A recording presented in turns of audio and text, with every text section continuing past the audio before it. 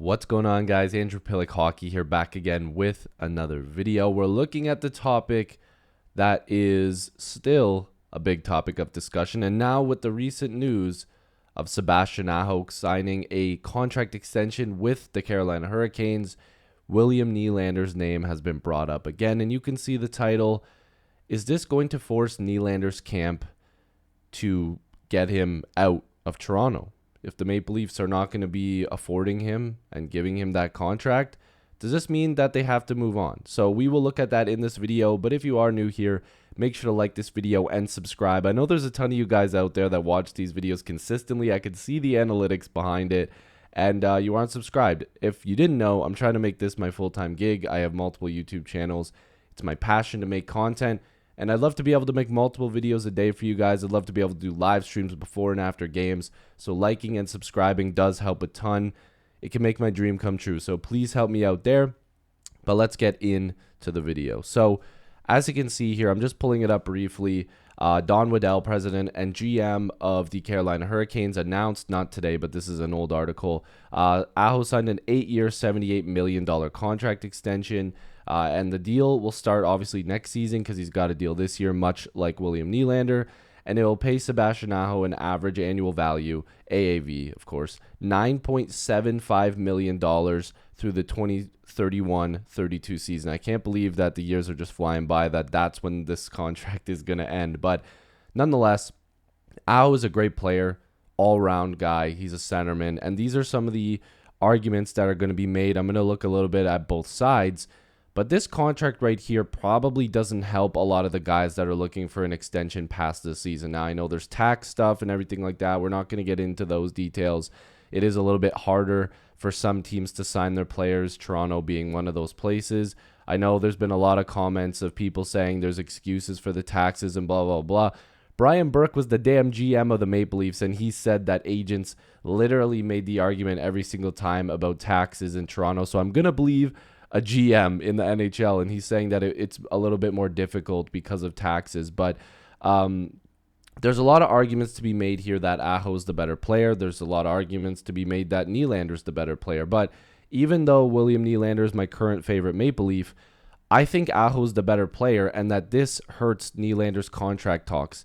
Because hopefully you guys can read this, but if not, I'm just looking over a couple lines here. But basically, Aho's already previously signed a pretty decent deal, a pretty, I wouldn't say a bargain, but a pretty good deal. And now he's only really getting a small increase in his contract. But if we're looking at it here, looking at career numbers, Nylander, 521 career games, 177 goals with 430 points. 50 playoff games, 17 goals and 40 points, which is really good.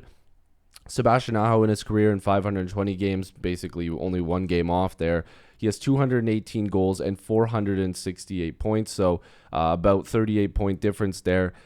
Excuse me, and then 63 playoff games, he has 58 points, including 23 goals. Now, if you look down here, basically Aho has more points, but also he's a centerman. He takes on a little bit more defensive responsibility. Man, it's hard to speak English today for some reason. But Aho basically took a team-friendly deal. He plays center. He's had more points in his career. Now, again, we're going to look at the most recent numbers because Willie had a really, really good season. He's substantially outperformed Aho this previous season. But the Hurricanes have been really good, and Aho's been a huge part of it.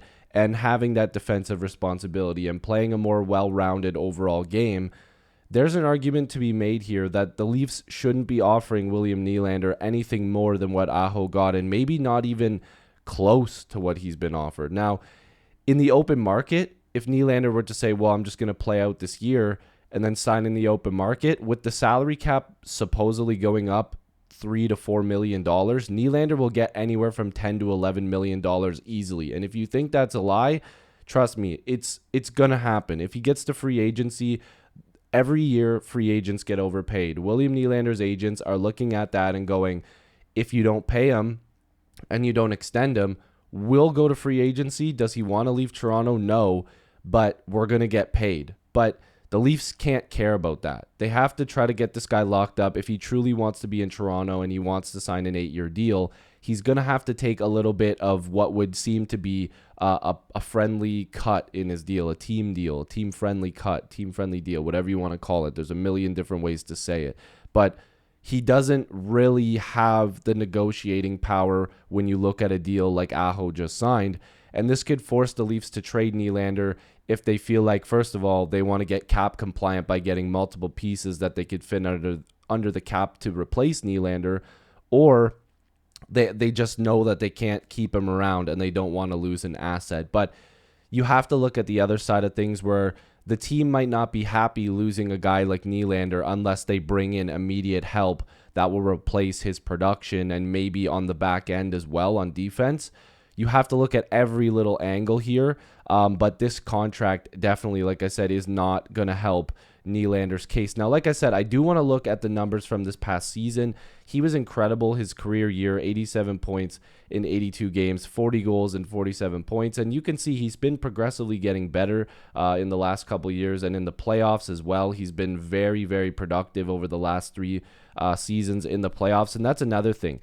You know, maybe you don't like William Nylander that much, but he's been probably the most clutch out of the 4 of them when it comes to the playoffs, you know, scoring big goals. He's had a bunch of big moments in the playoffs for the Leafs that, you know, mean nothing because they lost. But if you're looking at just the 4 of them, Nylander has been there in the playoffs performing and scoring goals, and that's the biggest thing. Like, you can get a couple secondary assists here and there, but if Nylander's been scoring goals, I mean, you have to take that into account.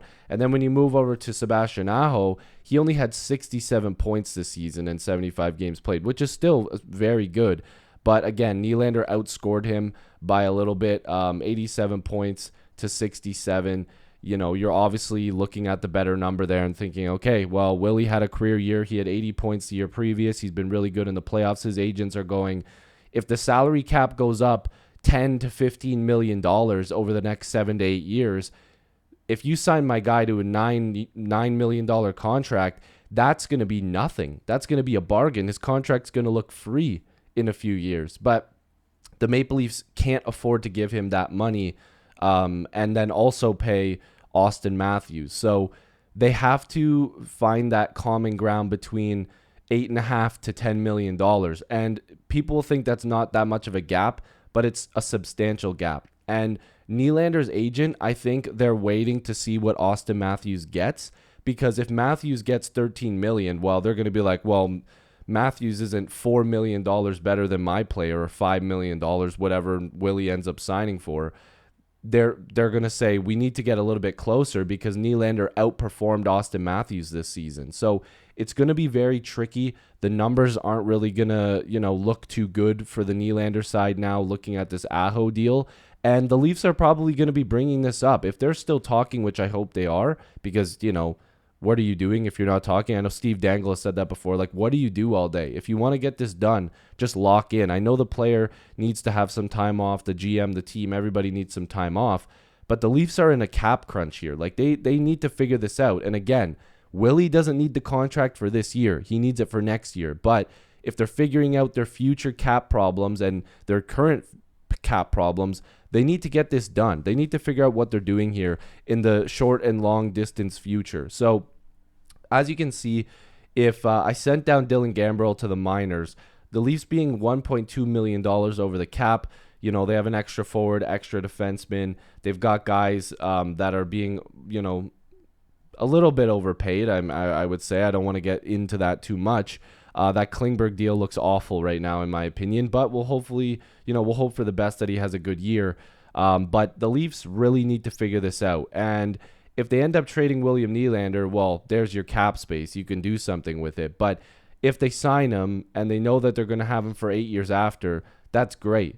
But they still need to figure this out. Who's going to be playing with these guys going forward? Who can they trade here? Who can they, send down to the minors, buy out, whoever? They need to figure all that out. And it all ties to the Nylander and Matthews extensions, because if you trade, let's say you trade, a decent contract like Calle Yarncrook, right?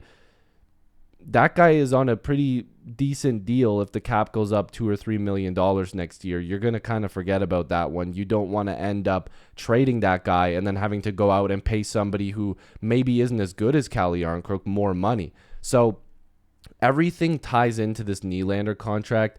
And this, like I said, the Sebastian Aho deal is not helping the William Nylander camp. They might have to trade Willie if they're just stuck on this $10+ million, which again, as a fan of people getting paid, especially people that I think are good people, and I've met William Nylander, you can have your opinion on him. I seen that man tell arena staff to not take him off the ice when he's greeting fans and talking to fans. And, you know, we were at a charity event and he was speaking to a fan in a wheelchair. He's a fantastic human being, and he refused to come off the ice so he could talk to the fans. And I thought that that was great. So as a fan of him as the person and a player, I hope he gets paid regardless of where it is. But the number that he's looking for might not be in Toronto, and that could cause big problems for this team, but it also could cause big problem for the Nylander camp. I don't know. It's going to be tough. I'm just looking forward to see what happens next. It's kind of a quiet period right now, but I do still have ideas, and you know, we still have to talk about trades because the Leafs are over the cap. It doesn't matter that Matt Murray is on LTIR. The Leafs are over the salary cap, and they need to figure it out. So if you guys are new here, make sure to like this video and subscribe. Join the squad. I'd love to have you guys here. Thank you so much for watching another video here on the Andrew Piluk Hockey channel. Like I said, I know there's a ton of you guys that aren't subscribed. Doing so could change my life, literally. So thank you so much, and hopefully I'll see you in the next video or stream. Peace.